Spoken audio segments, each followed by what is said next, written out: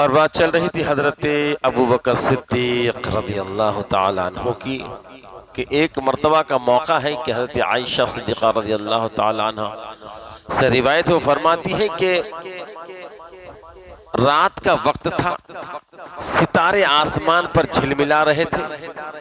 میں سمجھتا ہوں شاید ایسا ہو کہ وہ اندھیری رات ہو، کیونکہ چاندنی رات میں ستارے کی جگمگاہٹ زیادہ معلوم نہیں ہوتی۔ اندھیری رات ہو تو جگمگاہٹ زیادہ معلوم ہوتی ہے، اور آسمان صاف ہو تو ہر ستارے ہی ستارے، کروڑوں اربوں کی تعداد میں ستارے معلوم ہوتے ہیں۔ تو اما عائشہ رضی اللہ تعالی عنہا نے عرض کیا، فرماتی ہے کہ میرے ساتھ میرے آقا جناب محمد رسول اللہ صلی اللہ علیہ وسلم بھی تھے۔ آسمان کے نیچے ہم آرام کر رہے تھے، نگاہ آسمان پر پڑی تو میں نے عرض کیا، یا رسول اللہ، کیا کسی کی نیکیاں اتنی بھی ہیں جتنے آسمان میں تارے ہیں؟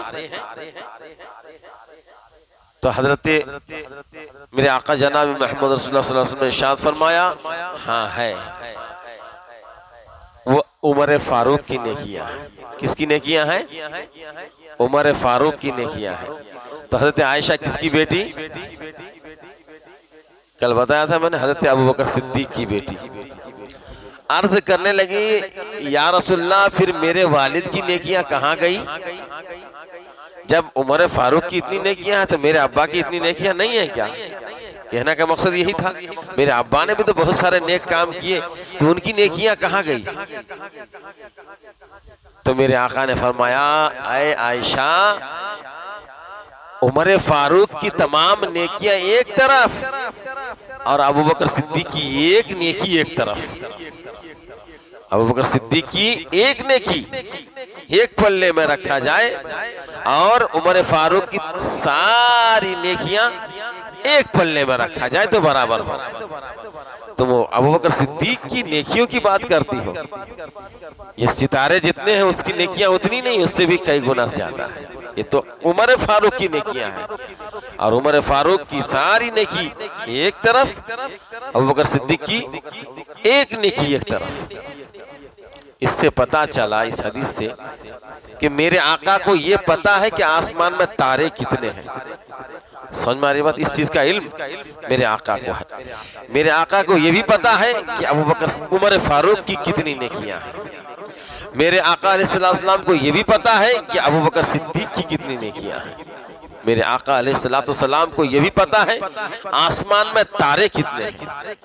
بلکہ ہمارا تو عقیدہ یہ ہے کہ آسمان و زمین سارے مخلوقات کو، ساری مخلوقات 18,000 مخلوقات ہیں، یہ ساری مخلوقات میرے آقا کے نگاہوں کے سامنے ایسا ہے جیسے ہاتھ کی ہتھیلی۔ سارے مخلوقات میرے آقا کی نگاہوں کے سامنے رب نے ایسا کر دیا جیسے ہاتھ کی ہتھیلی۔ اس لیے کہ قرآن میں اللہ نے فرمایا، وَعَلَّمَكَ مَا لَمْ تَكُنْ تَعْلَمْ وَكَانَ فَضْلُ اللَّهِ عَلَيْكَ عَظِيمًا۔ اے حبیب، آپ جو کچھ نہیں جانتے تھے وہ سب کچھ آپ کو رب نے بتا دیا، سکھا دیا۔ سمجھ میں آ رہی بات؟ ایک چیز اور بھی جانتے ہیں آپ لوگ کہ قرآن میں ہر چیز کا بیان ہے۔ آسمان میں کیا ہے قرآن میں ملے گا، زمین کے اندر کیا ہے قرآن میں ملے گا، پہاڑوں میں کیا کیا ہے قرآن میں ملے گا، سمندر میں کیا کیا ہے پہاڑوں میں ملے گا، یہ قرآن میں ملے گا۔ انسان کے جسم کے اندر کیا کیا ہے سب قرآن میں ملے گا، جنات، فرشتے، 18,000 مخلوقات، جتنا جو کچھ ہے سب کا ذکر قرآن میں ہے، ٹھیک ہے؟ لیکن اس سے کھوج کر نکالنے والا چاہیے، ٹھیک؟ اور اللہ فرماتا ہے، الرحمن علم القرآن، رحمان نے آپ کو قرآن سکھایا۔ جب رحمان نے آپ کو قرآن سکھایا تو جتنا جو کچھ ہے قرآن میں سبھی سکھایا یا کچھ باقی رکھ دیا؟ سمجھ میں آ رہی کہ نہیں بات؟ قرآن میں جو کچھ ہے وہ سب سکھایا یا کچھ باقی رکھا؟ بولیے نا، سب سکھایا نہ کچھ باقی؟ ہاں، رب تو کرا قرآن سکھایا، جب قرآن سکھایا تو پورا کا پورا سکھایا نا۔ تو اس لیے آپ کو سمجھ جانا چاہیے کہ قرآن میں جتنا جو کچھ ہے وہ سب سکھایا، سب پڑھایا رب نے اپنے حبیب کو۔